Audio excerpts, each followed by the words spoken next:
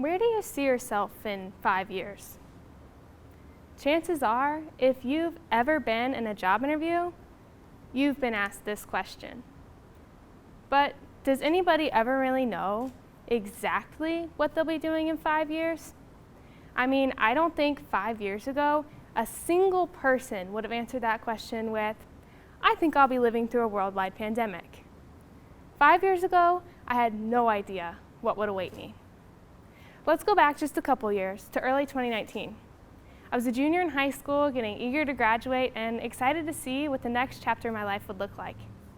While attending an online high school, I was also working for my mom at her small boutique and art studio. One day, we needed to pick up a few supplies for the store.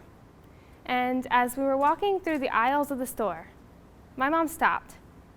She pulled the cart over to the side of the aisle, and with a puzzled look, she turned to me and said, "Stand on your tiptoes for a second."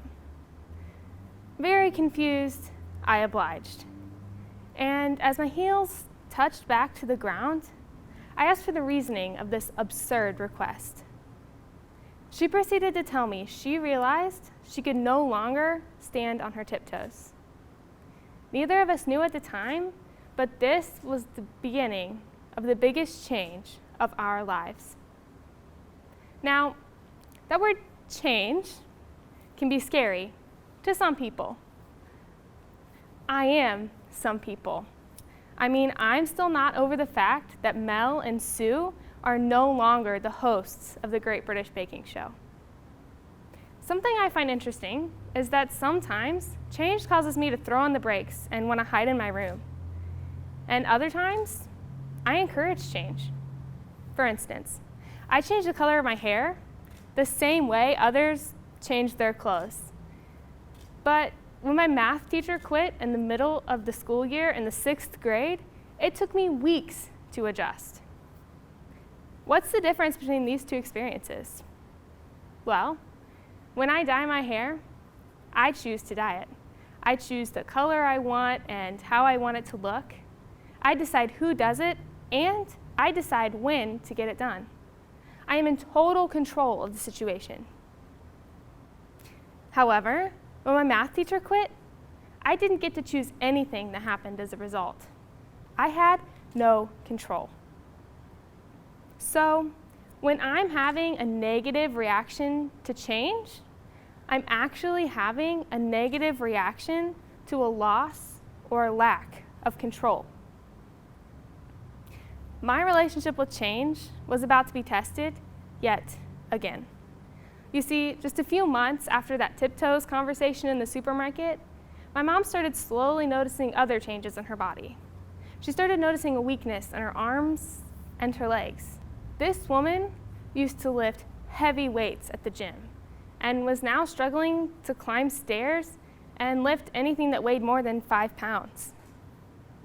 After discussing her new and strange symptoms with her doctor, my mom was referred to a few different doctors, including a neurologist and a rheumatologist.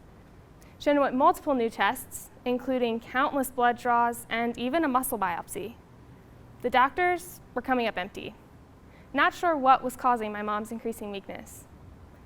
Finally, in February of 2020, my mom was admitted to the University of Cincinnati Hospital. After a month's stay in the hospital, with more and more testing and new doctors being added to her case, my mom was diagnosed with a disease called myositis. Myositis is a disease that causes the body to treat the muscle as a foreign enemy and attack itself, leading to muscle deterioration. I mean, talk about no control. My life was changing all around me, and I felt like I had no control over any of it. Not only was my life changing because my mom's new diagnosis left us all in a state of unknown, as the doctors couldn't tell us what to expect or what our future would look like. But my life was also changing because with my mom's new diagnosis came countless new doctor's appointments and treatments in Cincinnati, a new remodel of our house to make it more accessible, and a new way of living life for my family and for me. My mom came home from the hospital on March 12th, the same day Governor DeWine announced an extra 3-week spring break for public school. To me, March 12th marks the day the pandemic started becoming a bigger threat than anyone anticipated. A day that life started changing for everyone, not just my family. At this point, I couldn't handle any more change. My anxiety made me just want to hide in my room and watch TV. I didn't know what to do. I knew I needed to fix the way I felt about change because I needed to be there for my mom and my family. I had new responsibilities and I couldn't just retreat from all of it. Oddly enough, I started thinking about my passion. You see, in my free time when I'm not washing dishes or driving to Cincinnati, I'm practicing my skills as a magician. When I started doing magic at the age of 12, it quickly became an obsession. And over these past 6 years, it's become a way of dealing with the struggles of life. And this situation was no different. Now, I'm sure right now you're wondering what being a magician has to do with control. And I'm here to tell you that being a magician has absolutely everything to do with control or the lack thereof. The real magic that any magician performs is looking like they're in total control in the midst of absolute chaos. When I'm performing a trick, at any second, a mistake can be made and the ending of the trick will be ruined. In that split second, I have 2 options. I can 1, start over and tell my audience I've messed up. Or 2, I can quickly change the ending of the trick without telling my audience. The thing I've learned over my 6 years is that I mess up a lot. But I've also learned that sometimes my audience likes that plan B ending way better than they would have liked the plan A. And that's because I'm the only one that knew about plan A. My audience didn't expect the plan A, so the plan B ending was just as magical. Now, I brought some cards with me to help show you what I mean. And with these few cards, what I want to do is try and exercise with you to see what happens when we let go of our expectations. So we're going to go through the cards, and just to make sure everyone can get a look at them, we're going to go through them. We have 1, 2, 3, 4 cards.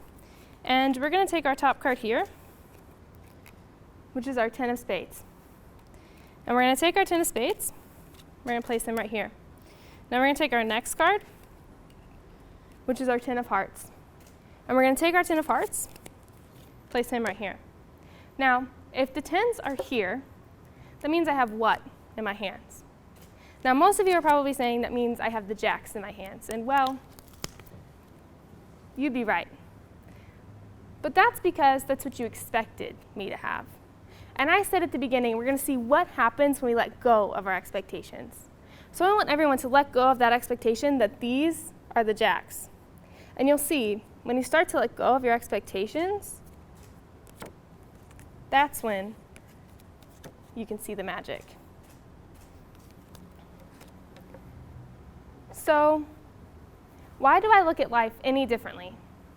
Why do I focus so much on a plan A and not allow for plan B to happen naturally?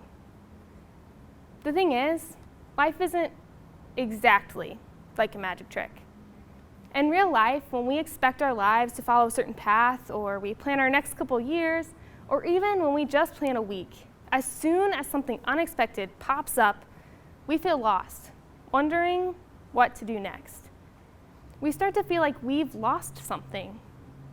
We grieve our expectations. That grieving process is necessary. It's a process that my family is still going through. But I do believe that we can use the principles of magic to help ease our apprehension of change.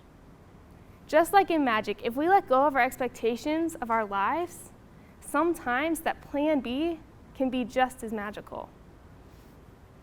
Some positives have come from my family's plan B. For instance, my family and I have come together to rally behind my mom and help each other. My mom and I have gotten to spend a lot of time together and even become friends. My mom has developed a new kind of strength, this incredible ability to withstand everything going on and keep fighting. And I have gotten to meet some very good-looking doctors. Now, I'm not going to stand here and say that I've totally overcome my aversion to change, or that I love it.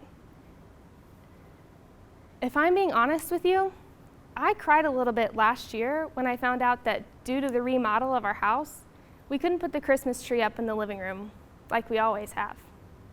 However, now that I know what change is, why I dislike it, and how to deal with it, I can lessen the anxiety it gives me. I can let go of my expectations in order to see the magic.